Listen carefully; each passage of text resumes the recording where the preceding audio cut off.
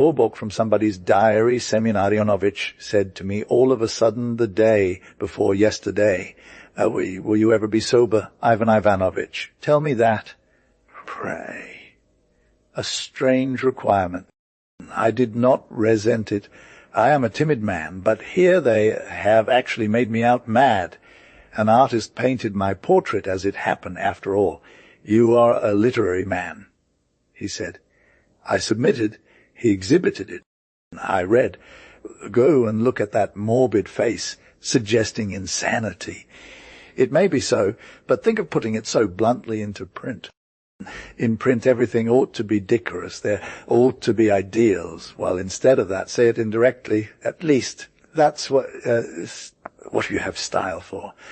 But no, he doesn't care to do it indirectly. Nowadays, humor and a fine style have disappeared, and abuse is accepted as wit. I do not resent it, but God knows I am not enough of a literary man to go out of my mind. I have written a novel. It has not been published. I have articles. They have been refused. Those articles I took about from one editor to another. Everywhere they refused them. You have no salt, they told me. What sort of salt do you want? I asked with a jeer. Attic salt. They did not even understand. For the most part, I translate from the French for the booksellers. I write advertisements for shopkeepers, too. Unique opportunity. Fine tea from our own plantations. I made a nice little sum over a panegyric on his deceased Excellency Pyotr Matveyich. I compiled The Art of Pleasing the Ladies. A commission from a bookseller. I have brought out some 6 little works of this kind in the course of my life. I am thinking of making a collection of the bon mots of Voltaire, but am afraid it may seem a little flat to our people. Voltaire's no good now. Nowadays we want a cudgel, not Voltaire. We knock each other's last teeth out nowadays. Well, so that's the whole extent of my literary activity, though indeed I do send round letters to the editors, gratis and fully signed. I give them all sorts of counsels and admonitions, criticize and point out the true path. The letter I sent last week to an editor's office was the 14th I had sent in the last 2 years. I have wasted 4 rubles over stamps alone for them. My temper is at the bottom of it all. I believe that the artist who painted me did so not for the sake of literature, but for the sake of 2 symmetrical warts on my forehead, a natural phenomenon, he would say. They have no ideas, so now they are out for phenomena. And didn't he succeed in getting my warts in his portrait to the life? That is what they call realism. And as to madness, a great many people were put down as mad among us last year, and in such language, with such original talent. And yet, after all, it appears. However, one ought to have foreseen it long ago. That is rather artful, so that from the point of view of pure art, one may really commend it. Well, but after all, these so-called madmen have turned out cleverer than ever. So it seems the critics can call them mad, but they cannot produce any one better. The wisest of all, in my opinion, is he who can, if only once a month, call himself a fool, a faculty unheard of nowadays. In old days, once a year at any rate, a fool would recognize that he was a fool, but nowadays not a bit of it. And they have so muddled things up that there is no telling a fool from a wise man. They have done that on purpose. I remember a witty Spaniard saying, when 250 years ago the French built their first mad houses, they have shut up all their fools in a house apart to make sure that they are wise men themselves. Just so you don't show your own wisdom by shutting someone else in a madhouse. K has gone out of his mind means that we are sane now. No, it doesn't mean that yet. Hang it, though, why am I maundering on? I go on grumbling and grumbling. Even my maidservant is sick of me. Yesterday a friend came to see me. Your style is changing, he said. It is choppy. You chop and chop. And then a parenthesis, then parenthesis in the parenthesis. Then you stick in something else in brackets. Then you begin chopping and chopping again. The friend is right. Something strange is happening to me. My character is changing and my head aches. I am beginning to see and hear things, not voices exactly, but as though someone beside me were muttering, Bobok, Bobok, Bobok. What's the meaning of this Bobok? I must divert my mind. I went out in search of diversion. I hit upon a funeral, a distant relation, a collegiate counsellor, however. A widow and 5 daughters, all marriageable young ladies. What must it come to even to keep them in slippers? Their father managed it, but now there is only a little pension. They will have to eat humble pie. They have always received me ungraciously, and indeed I should not have gone to the funeral now had it not been for a peculiar circumstance. I followed the procession to the cemetery with the rest. They were stuck up and held aloof from me. My uniform is certainly rather shabby. It's 25 years, I believe, since I was at the cemetery. What a wretched place, to begin with the smell. There were 15 hearses, with piles varying in expensiveness. There were actually 2 catafalques. One was a general's and one some ladies'. There were many mourners, a great deal of feigned mourning, and a great deal of open gaiety. The clergy have nothing to complain of. It brings them a good income. But the smell. I should not like to be one of the clergy here. I kept glancing at the faces of the dead cautiously, distrusting my impressionability. Some had a mild expression, some looked unpleasant. As a rule, the smiles were disagreeable, and in some cases very much so. I don't like them. They haunt one's dreams. During the service, I went out of the church into the air as it was a rainy day, but dry. It was cold too, but then it was October. I walked about among the tomes. They are of different grades. The 3rd grade cost 30 rubles. It's decent and not so very dear. The first 2 grades are tomes in the church and under the porch. They cost a pretty penny. On this occasion they were burying in tomes of the 3rd grade 6 persons, among them the general and the lady. I looked into the graves, and it was horrible water, and such water. Absolutely green. But there, why talk of it? The gravedigger was bailing it out every minute. I went out while the service was going on and strolled outside the gates. Close by was an almshouse, and a little further off there was a restaurant. It was not a bad little restaurant. There was lunch and everything. There were lots of the mourners here. I noticed a great deal of gaiety and genuine heartiness. I had something to eat and drink. Then I took part in the bearing of an coffin from the church to the grave. Why is it that corpses in their coffins are so heavy? They say it is due to some sort of inertia, that the body is no longer directed by its owner, or some nonsense of that sort in opposition to the laws of mechanics and common sense. I don't like to hear people who have nothing but a general education venture to solve the problems that require special knowledge, and with us that's done continually. Civilians love to pass opinions about subjects that are the province of the soldier and even of the field marshal, while men have been educated as engineers prefer discussing philosophy and political economy. I did not go to the requiem service. I have some pride, and if I am only received owing to some special necessity, why force myself on their dinners, even if it be a funeral dinner? The only thing I don't understand is why I stayed at the cemetery. I sat on a tombstone and sank into appropriate reflections. I began with the Moscow exhibition and ended with reflecting upon astonishment in the abstract.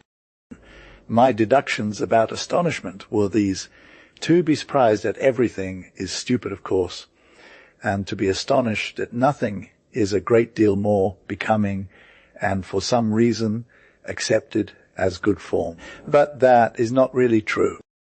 To my mind, to be astonished at nothing is much more stupid than to be astonished at everything. And, moreover, to be astonished at nothing is almost the same as feeling respect for nothing. And, indeed, a stupid man is incapable of feeling respect. But what I desire most of all is to feel respect.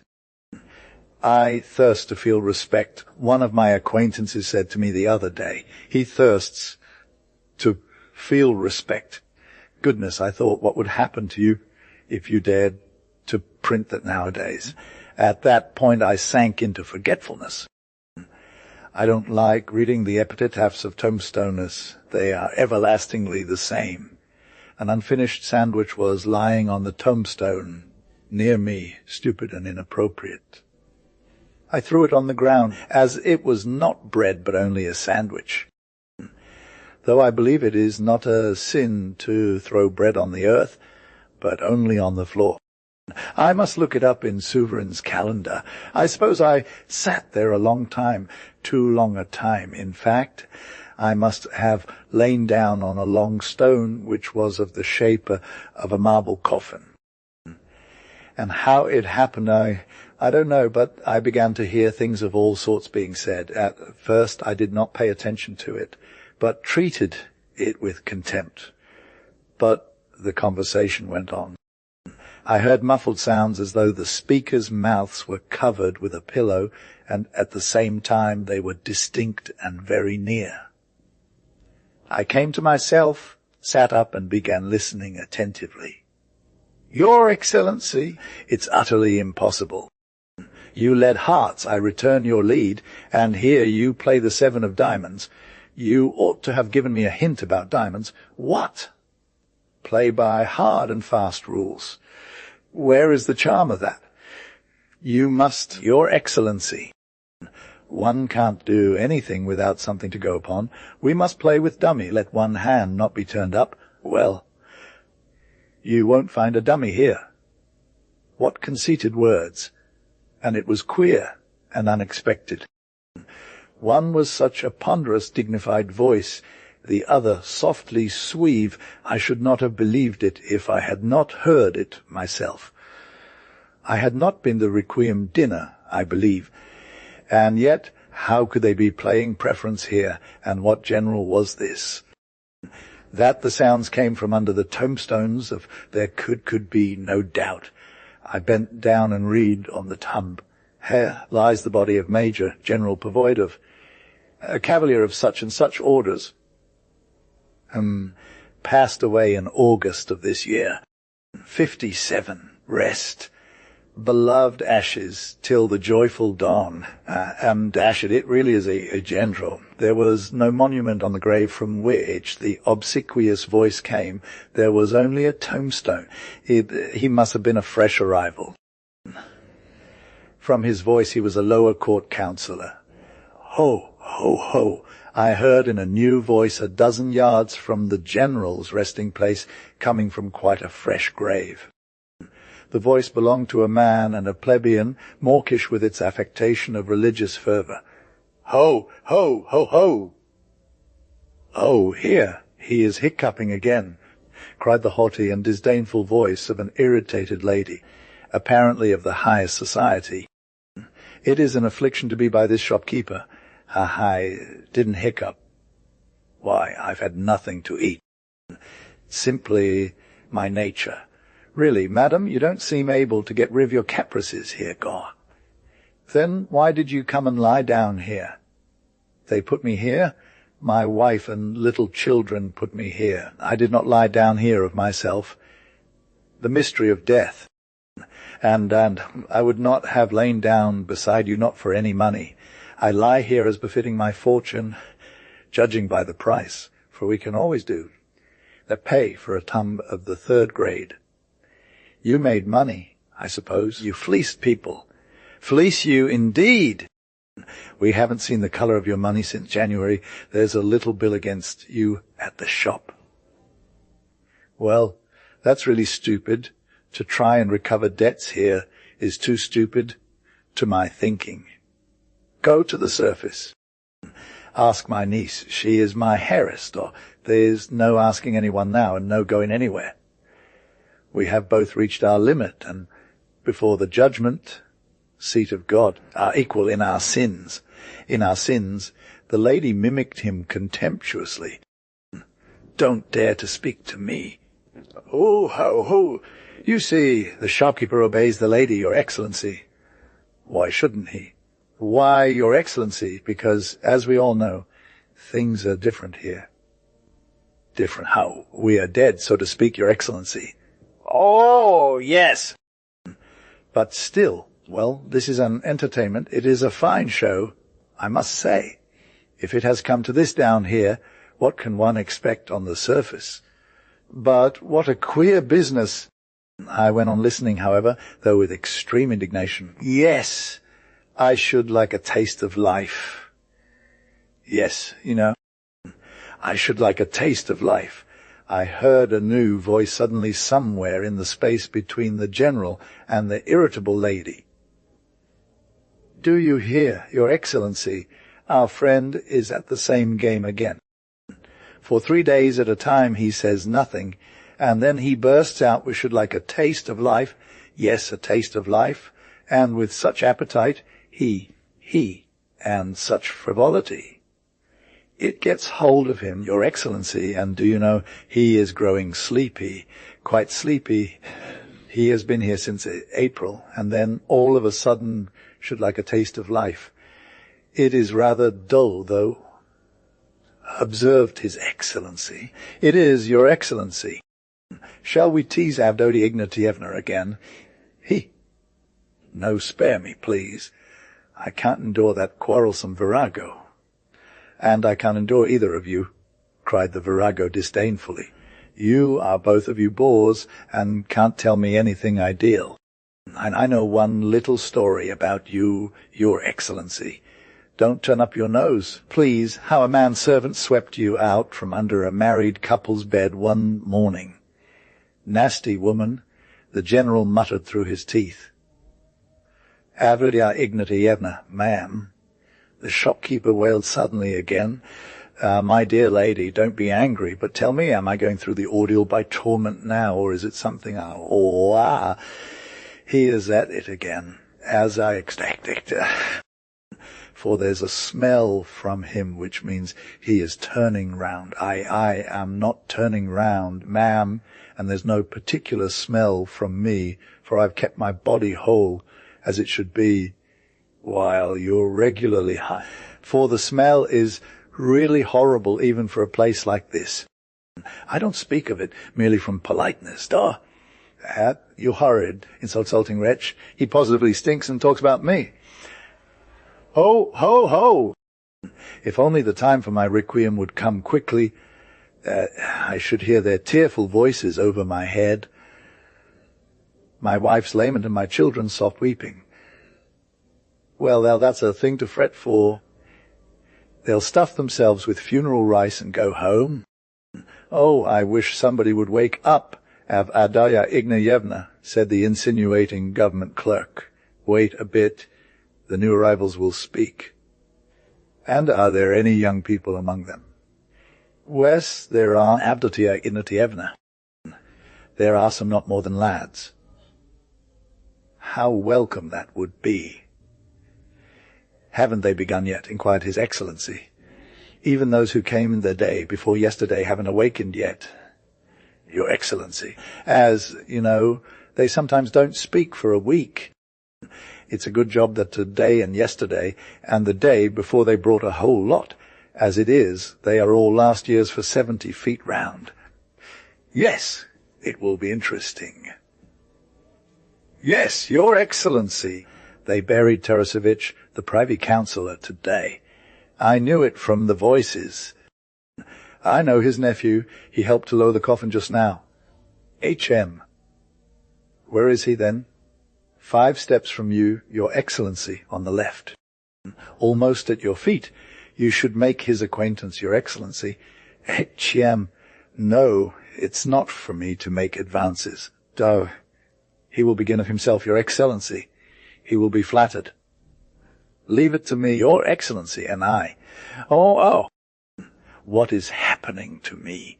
Croaked the frightened voice of a new arrival. A new arrival, Your Excellency, a new arrival, thank God. And how quick he's been.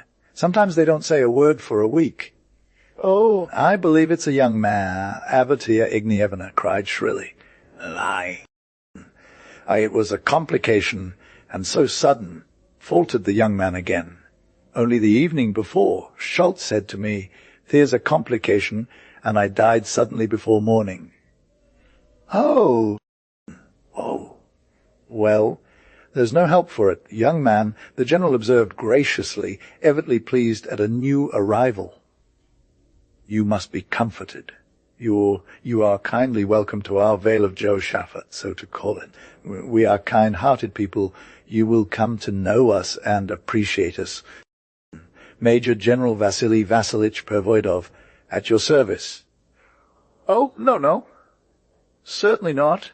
I was at Schultz's. I had a complication. At first it was my chest and a cough, and then I caught a cold, my lungs and influenza. And all of a sudden, quite unexpectedly. The worst of all was its being so unexpected. You say it began with the chest, the government clerk put in suavely, as though he wished to reassure the new arrival. Yes, my chest and catarrh, and then no catarrh, but still the chest. And I couldn't breathe. And I know.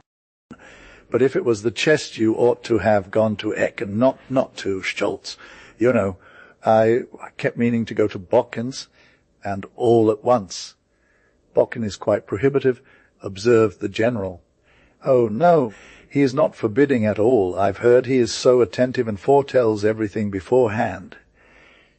His Excellency was referring to his fees. The government clerk corrected him. Oh, not at all. He only asks 3 rubles, and he makes such an examination and gives you a prescription. And I was very anxious to see him, for I have been told, well, gentlemen, had I better go to Eck or to Bokken? What? To whom? The general's corpse shook with agreeable laughter. The government clerk echoed it in falsetto. Dear boy, dear, delightful boy, how I love you! Avataya Ignievna squealed ecstatically. I wish they had put someone like you next to me. No, that was too much. And these were the dead of our times. Still, I ought to listen to more, and not be in too great a hurry to draw conclusions. That snivelling new arrival, I remember him just now in his coffin, had the expression of a frightened chicken, the most revolting expression in the world. However, let us wait and see. But what happened next was such a bedlam that I could not keep it all in my memory. For a great many woke up at once. An official, a civil councillor, woke up and began discussing at once the project of a new subcommittee, a government department, and of the probable transfer of various functionaries in connection with the subcommittee, which very greatly interested the general. I must confess I learnt a great deal that what was new myself, so much so that I marvelled at the channels by which one may sometimes in the metropolis learn government news. Then an engineer half woke up, but for a long time muttered absolute nonsense, so that our friends left off worrying him, and let him lie till he was ready. At last the distinguished lady who had been buried in the morning under the catafalque showed symptoms of the reanimation of the tone. Lebeziatnikov, for the obsequious lower court councillor, and who lay beside General Pervoyedov was called, it appears, Lebeziatnikov, became much excited and surprised that they were all waking up so soon this time. I must own I was surprised too, though some of those who woke had been buried for 3 days, as, for instance, a very young girl of 16 who kept giggling in a horrible and predatory way. "Your Excellency, Privy Councillor Tarasevich is waking," Lebeziatnikov announced with extreme fussiness. What? The Privy Councillor, waking up suddenly, mumbled with a lisp of disgust. There was a note of ill-humoured peremptoriness in the sound of his voice. I listened with curiosity, for during the last few days I had heard something about Tarasevich shocking and upsetting in the extreme. "It's I, Your Excellency, so far only I. What is your petition? What do you want?" "Merely to inquire after Your Excellency's health. In these unaccustomed surroundings everyone feels at first as it were oppressed. General Pervoyedov wishes to have the honor of making Your Excellency's acquaintance and hopes." "I've never heard of him." "Surely, Your Excellency." "General Pervoyedov, Vasily Vasilich." "You, General Pervoyedov." "No, Your Excellency, I am only the lower court councillor Lebeziatnikov at your service, but General Pervoyedov." "Nonsense." "And I beg you to leave me alone. Let him be." General Pervoyedov at last himself checked with dignity the disgusting officiousness of his sycophant in the grave. "He is not fully awake. Your Excellency, you must consider that. It's the novelty of it all. When he is fully awake, he will take it differently." "Let him be," repeated the general. "Vasily Vasilich." "Hey, Your Excellency!" A perfectly new voice shouted loudly and aggressively from close beside Avdotya Ignatievna. It was a voice of gentlemanly insolence, with the languid pronunciation now fashionable, and an arrogant drawl. "I've been watching you all for the last 2 hours. Do you remember me, Vasily Vasilich?" "My name is Kleinovich. We met at the Volokonsky's where you, too, were received as a guest. I am sure I don't know why." "What, Count Pyotr Petrovitch? Can it be really you, and at such an early age?" "How sorry I am to hear it." "Oh, I am sorry myself, though I really don't mind, and I want to amuse myself as far as I can everywhere. And I am not a count but a baron, only a baron. We are only a set of scurvy barons, risen from being flunkies, but why I don't know, and I don't care. I am only a scoundrel of the pseudo-aristocratic society, and I am regarded as a charming Polish son. My father is a wretched little general, and my mother was at one time received in Haut-Lieu. With the help of the Jew Zeifel, I forged 50,000 ruble notes last year, and then I informed against him, while Julie Charpentier de Lusignan carried off the money to Bobok's. And only fancy, I was engaged to be married to a girl still at school, 3 months under 16, with a dowry of 90,000. Avdotya Ignatievna, do you remember how you seduced me 15 years ago, when I was a boy of 14 in the corps des pages? That's you rascal. Well, you are a godsend, anyway, for here. You were mistaken in suspecting your neighbor, the business gentleman of unpleasant fragrance. I said nothing, but I laughed. The stench came from me. They had to bury me in a nailed-up coffin. "Oh, you horrid creature!" "Still, I am glad you are here. You can't imagine the lack of life and wit here." Quite so, and I intend to start here something original." "Your Excellency?" "I don't mean you, Pervoyedov, Your Excellency, the other one, Tarasevich, the privy councillor." "Answer." "I am Kleinovich, who took you to mill. Fury and Lent. Do you hear?" "I do, Kleinovich, and I am delighted, and trust me." I wouldn't trust you with a halfpenny, and I don't care. I simply want to kiss you, dear old man, but luckily I can't. You know, gentlemen, what this Grandpère's little game was? He died 3 or 4 days ago, and would you believe it? He left a deficit of 400,000 government money from the Fund for Widows and Orphans. He was the sole person in control of it for some reason, so that his accounts were not audited for the last 8 years. I can fancy what long faces they all have now, and what they call him. It's a delectable thought, isn't it? I have been wondering for the last year how a wretched old man of 70, gouty and rheumatic, succeeded in preserving the physical energy for his debaucheries, and now the riddle is solved. Those widows and orphans, the very thought of them must have egged him on. I knew about it long ago. I was the only one who did know it was. Julie told me. And as soon as I discovered it, I attacked him in a friendly way at once in Easter week. Give me 25,000. If you don't, they'll look into your accounts tomorrow. And just fancy, he had only 13,000 left then. So it seems it was very apropos, his dying now. Grandpère, do you hear?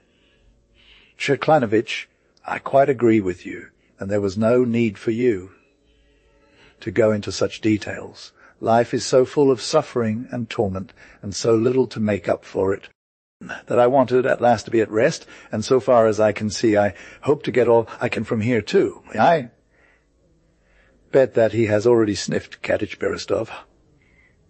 Who? What Katich? There was a rapacious quiver in the old man's voice. What Katich? Why, here on the left, 5 paces from me and 10 from you. She has been here for 5 days, and if only you knew, Grandpère, what a little wretch she is. Of good family and breeding and a regular monster. I did not introduce her to any one there. I was the only one who knew her. Katich, answer! He? The girl responded with a jangling laugh, in which the note of something as sharp as the prick of a needle. He? And a little blonde. The Grandpère faltered, drawling out the syllables. He? I have long, the old man faltered breathlessly, cherished the dream of a little fair thing of 15, and just in such surroundings. H?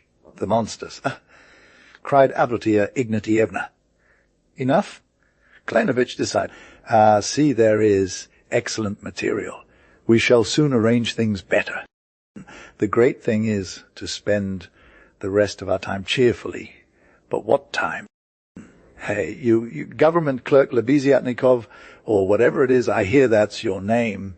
Semenyevsich Lebeziatnikov, lower court councillor, at your service. Very, very, very much delighted to meet you. I don't care whether you are delighted or not, but you seem to know everything here. Tell me first of all how it is we can talk. I've been wondering ever since yesterday. We are dead, and yet we are talking and seem to be moving, and yet we are not talking and not moving. What juggery is this? If you want an explanation, Baron, Platon Nikolaevich could give you one better than I. What Platon Nikolaevich is that? To the point. Don't beat about the bush. Platon Nikolaevich is our homegrown philosopher, scientist, and master of arts. He has brought out several philosophical works, but for the last 3 months he has been getting quite drowsy, and there is no stirring him up now. Once a week he mutters something utterly irrelevant. To the point here. He explains all this by the simplest fact, namely, that when we were living on the surface, we mistakenly thought that was death. The body revives, as it were. Here, the remains of life are concentrated, but only in consciousness. I don't know how to express it, but life goes on, as it were, by inertia.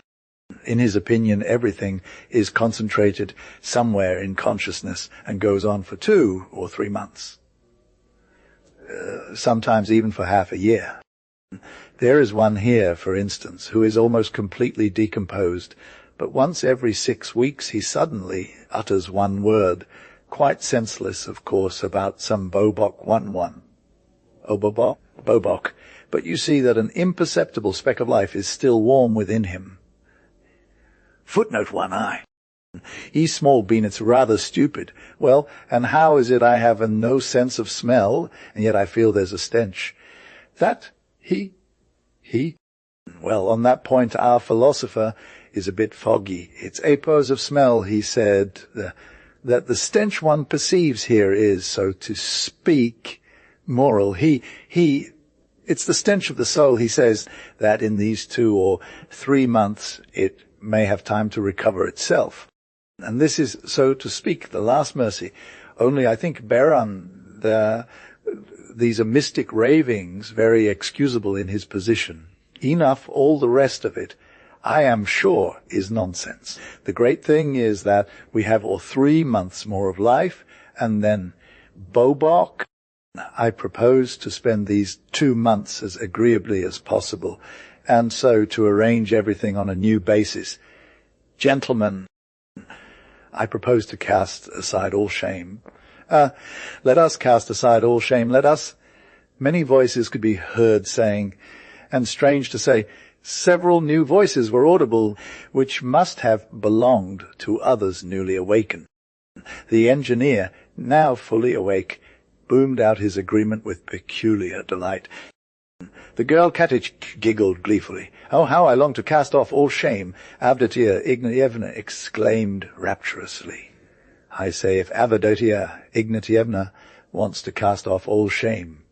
No, Kleinovich. I was ashamed up there all the same, but here I should like to cast off shame. I should like it awfully. I understand. Klinovich, boomed the engineer, that you want to rearrange life here on new and rational principles. Oh, I don't care a hang about that. For that we'll wait for Kudirov, who was brought here yesterday. When he wakes, he'll tell you all about it. He is such a personality, such a titanic personality. Tomorrow they'll bring along another natural scientist, I believe an officer for certain, and 3 or 4 days later a journalist, and I believe his editor with him. But deuce take them all. There will be a little group of us anyway, and things will arrange themselves. Though meanwhile I don't want us to be telling lies. That's all I care about, for that is one thing that matters. One cannot exist on the surface without lying, for life and lying are synonymous, but here we will amuse ourselves by not lying. Hang it all, the grave has some value after all. We'll all tell our stories aloud, and we won't be ashamed of anything. First of all, I'll tell you about myself. I am one of the predatory kind, All that was bound and held in check by rotten cords up there on the surface. Away with cords, and let us spend these 2 months in shameless truthfulness. Let us strip and be naked. Let us be naked. Let us be naked, cried all the voices. I long to be naked. I long to be, Avdotia Ignatievna shrilled. Hey, I see we shall have fun here. I don't want to act after all, Dot. Oh, no, I tell you. Give me a taste of life. He, giggled Katich. The great thing is that no one can interfere with us, and though I see Pervoyedov is in a temper, he can't reach me with his hand. Grand Pierre, do you agree? I fully agree, fully, and with the utmost satisfaction, but on condition that Katich is the first to give us her biography. I protest! I protest with all my heart, General Pervoyedov brought out firmly. Your Excellency, the scoundrel Lebeziatnikov persuaded him in a murmur of fussy excitement. Your Excellency, it will be to our advantage to agree. Here, you see, there's this girl's and all their little affairs like this, girl, it's true, but it's to our advantage, your excellency, upon my word it is. If only as an experiment, let us try it. Even in the grave they won't let us rest in peace. In the first place, General, you were playing preference in the grave, and in the second we don't care a hang about you, drawled Kleinovitch. Sir, I beg you not to forget yourself. What? Why, you can't get at me, and I can tease you from here as though you were Julie's lapdog. And another thing, gentlemen, how is he a general here? There was general there, but here is mere refuse. No, not mere refuse. Even here. Here you will rot in the grave, and 6 brass buttons will be all that will be left of you. Bravo, Kleinovitch, ha, ha, ha, roared voices. I have served my sovereign. I have the sword. Your sword is only fit to prick mice, and you never drew it even for that. That makes no difference. I formed a part of the whole. Oh, there are all sorts of parts in a whole. Bravo, Kleinovitch, bravo. Ha, ha, ha. I don't understand what the sword stands for, boomed the engineer. We shall run away from the Prussians like mice. They'll crush us to powder. Cried a voice in the distance that was unfamiliar to me. That was positively spluttering with glee. The sword, sir, is an honor, the general cried, but only I heard him. There arose a prolonged and furious roar, clamour, and hubbub, and only the hysterically impatient squeals of Avdotia Ignatievna were audible. But do let us make haste. Ah, when are we going to begin to cast off all shame? Ho, ho, ho. The soul does in truth pass through torments, exclaimed the voice of the plebeian. And here I suddenly sneezed. It happened suddenly and unintentionally, but the effect was striking. All became as silent as one expects it to be. In a churchyard it all vanished like a dream. A real silence of the tome set in. I don't believe they were ashamed on account of my presence. They had made up their minds to cast off all shame. I waited 5 minutes, not a word, not a sound. It cannot be supposed that they were afraid of my informing the police, for what could the police do to them? I must conclude that they had some secret unknown to the living, which they carefully concealed from every mortal. Well, my dears, I thought, shall visit you again. With those words, I left the cemetery. No, that I cannot admit. No, I really cannot. The Bobok case does not trouble me, so that is what that Bobok signified. Depravity in such a place, depravity of the last aspirations, depravity of sodden and rotten corpses, and not even sparing the last moments of consciousness. Those moments have been granted vouchsafed to them, and worst of all, in such a place. No, that I cannot admit. I shall go to other tomes. I shall listen everywhere. Certainly one ought to listen everywhere, and not merely at one spot in order to form an idea. Perhaps one may come across something reassuring. But I shall certainly go back to those. They promise their biographies and anecdotes of all sorts. Tifoo. But I shall go, I shall certainly go. It is a question of conscience. I shall take it to the Citizen. The editor there has had his portrait exhibited too. Maybe he will print it. But I shall go, I shall certainly go. It is a question of conscience. I shall take it to the Citizen. The editor there has had his portrait exhibited too. Maybe he will print it.